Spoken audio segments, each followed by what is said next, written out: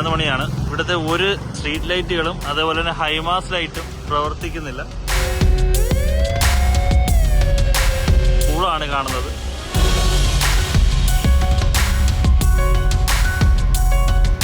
തിരുവനന്തപുരം ജില്ലയിലെ പ്രധാന വാണിജ്യ കേന്ദ്രങ്ങളിലൊന്ന്. കൊട്ടാരക്കരയും പുനലൂരും പത്തനാപുരവും പത്തനംതിട്ടയും കോട്ടയവുമൊക്കെ ലക്ഷ്യമാക്കി വണ്ടികൾ തലങ്ങും വിലങ്ങും പായുന്ന നാൽക്കവല. സ്ഥലം മനസ്സിലായോ? വെഞ്ഞാറമൂട്. കിളിമാനൂരും നിലമേലും കഴിഞ്ഞാൽ വാഹനാപകടങ്ങൾ കൂടുതൽ റിപ്പോർട്ട് ചെയ്യപ്പെടുന്ന ഡാർക്ക് സ്പോട്ട്. ഇതാ കണ്ണു തുറന്ന് കാണൂ. വെഞ്ഞാറമൂട് ജംഗ്ഷനാണ്. ഇപ്പോൾ 11 മണിയാണ്. ഇവിടുത്തെ ഒരു സ്ട്രീറ്റ് ലൈറ്റുകളും അതേപോലെ തന്നെ ഹൈമാസ് ലൈറ്റും പ്രവർത്തിക്കുന്നില്ല.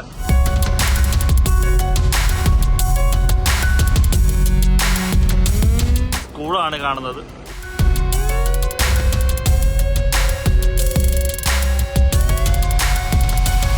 സൂര്യൻ അസ്തമിച്ചാൽ ഈ ജഗപുക റോഡിലൂടെ എങ്ങനെ വണ്ടി ഓടിച്ചു പോകുന്നുവെന്ന് ഡ്രൈവർമാർക്ക് ഒരു തിട്ടവുമില്ല.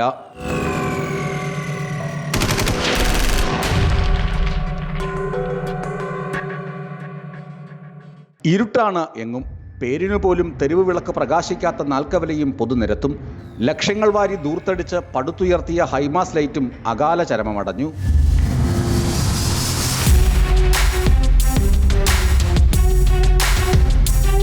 കുത്തിപ്പൊളിച്ചും വെട്ടിമലർത്തിയും നെടുകെ പിളർന്നും റോഡിനെ താറുമാറാക്കിയിട്ട വകുപ്പുകൾ ഇതൊന്ന് കാണണം. വൺവേയൊക്കെ രാത്രികാലത്ത് ആര് നോക്കാൻ? അല്ലെങ്കിൽ തന്നെ സൈൻ ബോർഡുകൾ വായിക്കാൻ വെളിച്ചം വേണ്ടേ?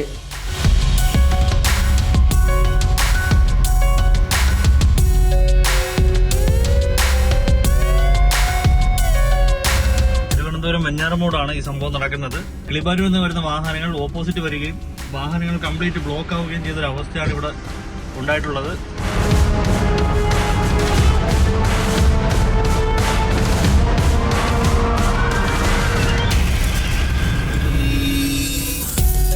ചേട്ടാ, ഇതിപ്പോ കറക്റ്റ് പോലീസുകാർ ഇവിടെ ഇല്ലാത്തതുകൊണ്ടല്ലേ ഈ സംഭവം ഉണ്ടായത്? അങ്ങനെയല്ല, ഒരു വണ്ടി കയറി വന്ന് പിടിത്തല്ലേ കയറി വന്നതാണ് പ്രശ്നം. അതല്ലേ, എന്തിനും ഏതിനും പോലീസിനെ പഴിച്ചിട്ടും കാര്യമില്ല. അവർ രാത്രി എവിടെയൊക്കെ ഡ്യൂട്ടിക്ക് നിന്ന് വഴി തെളിക്കും. പിടിച്ചുപറിയും തീവെട്ടിക്കൊള്ളയും തടയാൻ നോക്കുമോ? റോഡിന് കാവൽ നിൽക്കുമോ? അധികൃതർ വേണ്ടത് ചെയ്യണം. പകൽ പോലും ഈ റോഡിൽ അപകടം പതിവാണെന്നിരിക്കെ രാത്രിയുടെ സങ്കടം ആരോട് പറയാൻ?